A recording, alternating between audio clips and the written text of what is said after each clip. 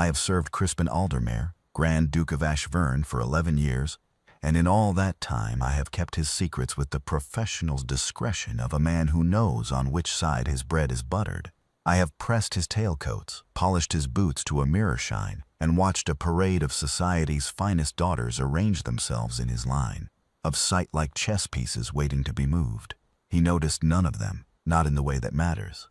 I have watched him notice Miss Willa Fenwick, however, and the manner in which it happened is the sort of thing a man carries to his grave with a smile. The evening was Lord and Lady Greystone's winter ball, candlelight on every surface, crystal dripping from the chandeliers, and the cream of the season packed into rooms that smelled of hothouse roses and overheated ambition. His Grace had attended at the particular insistence of his aunt, who believed that a man approaching 34 ought to have found himself a grana duchess by now. He made all the right bows, accepted all the right glasses of champagne, and then slipped away from the noise at the earliest respectable opportunity. I knew where he was going. He always went to the conservatory.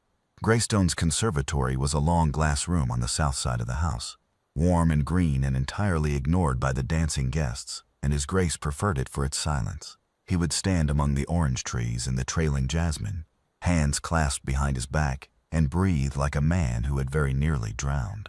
I followed at a discreet distance, because the damp air made linen stick to a gentleman's shoulders, and it is my job to anticipate.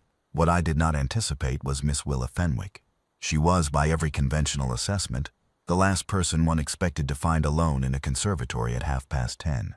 She was also the sort of woman that society routinely failed to see. Small, quietly dressed in pale green that did not compete with the season's silk and jewels, with dark eyes always slightly too busy reading the room to bother performing for it. I recalled her dimly, standing near the refreshment table with the particular stillness of a woman who has learned that invisibility is its own kind of shelter. She was moving quickly, head down, when she turned the corner around a great pot of orange trees and walked directly into the Duke of Ashverne. I saw the whole thing from the doorway. Her foot caught the stone lip of the planter.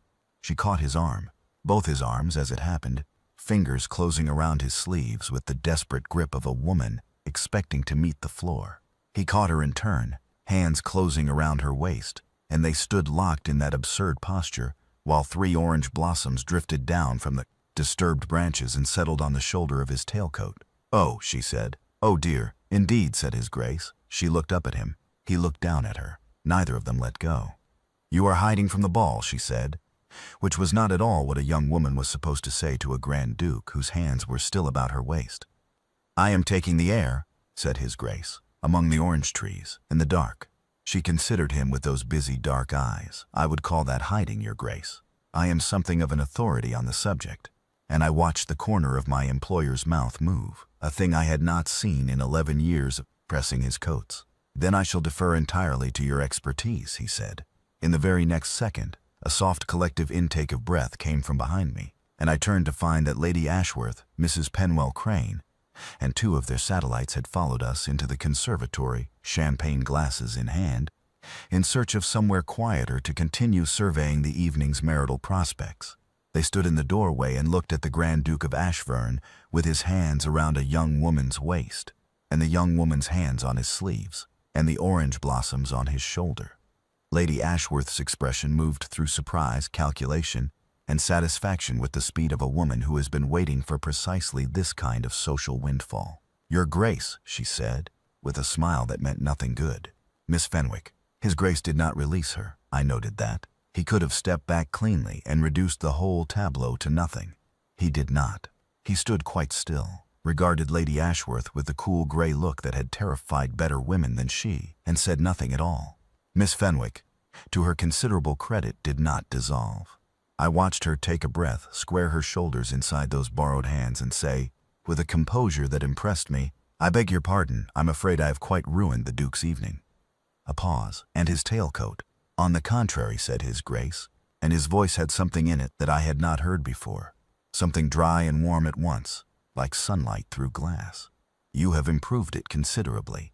Lady Ashworth and her companions would have that to work with before midnight. By morning, the engagement of the Grand Duke of Ashverne and Miss Willa Fenwick, wallflower, nobody particular, would be the only topic of drawing rooms from Mayfair to Kensington. I had a fairly clear sense that His Grace understood this. I also had, watching his face in the green-gold light among the orange trees, a fairly clear sense that he did not mind. The days that followed were not the ordeal I might have expected. There were meetings with solicitors, a visit from his aunt that lasted 2 hours and ended, to the astonishment of the entire household, with her laughing, and a morning call to the Fenwick house, in which the Duke sat in a modest parlor with a pot of indifferent tea, and talked with Miss Fenwick for an hour and 3/4 about, as best I could gather from the hallway, the cultivation of orange trees, the migratory habits of certain birds, and whether Lord Greystone's conservatory was structurally sound.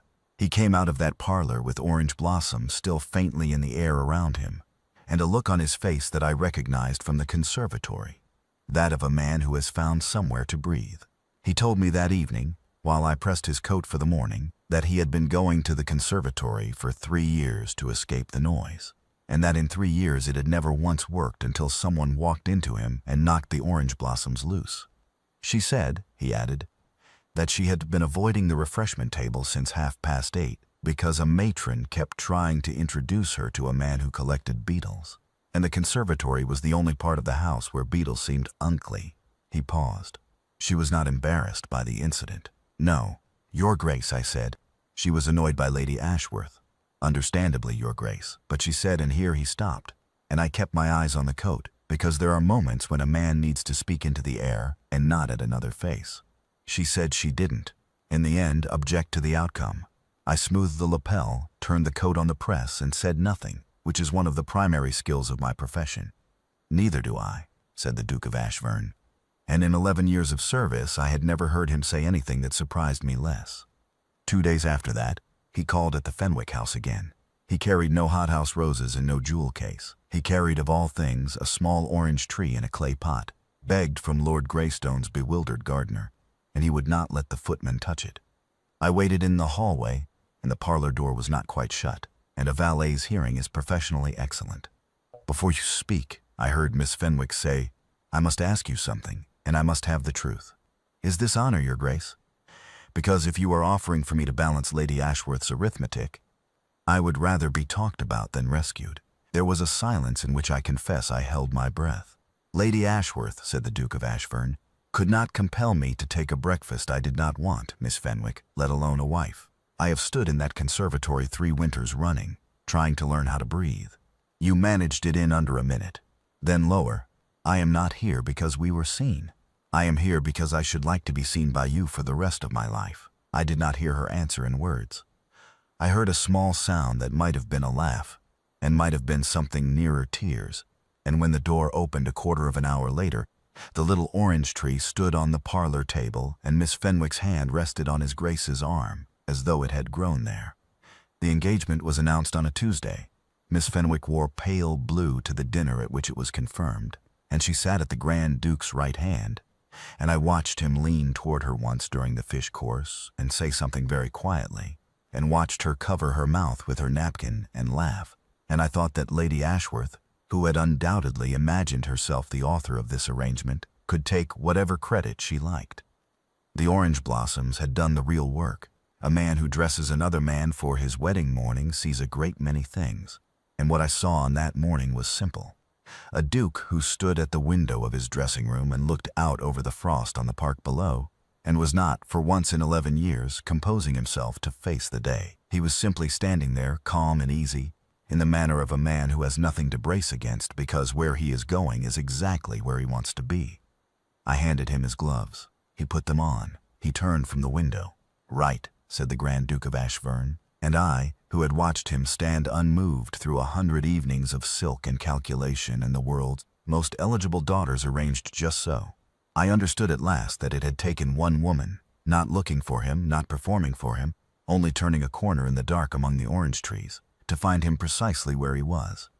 That is the whole of the story. That is also, in my professional estimation, exactly how it ought to have gone.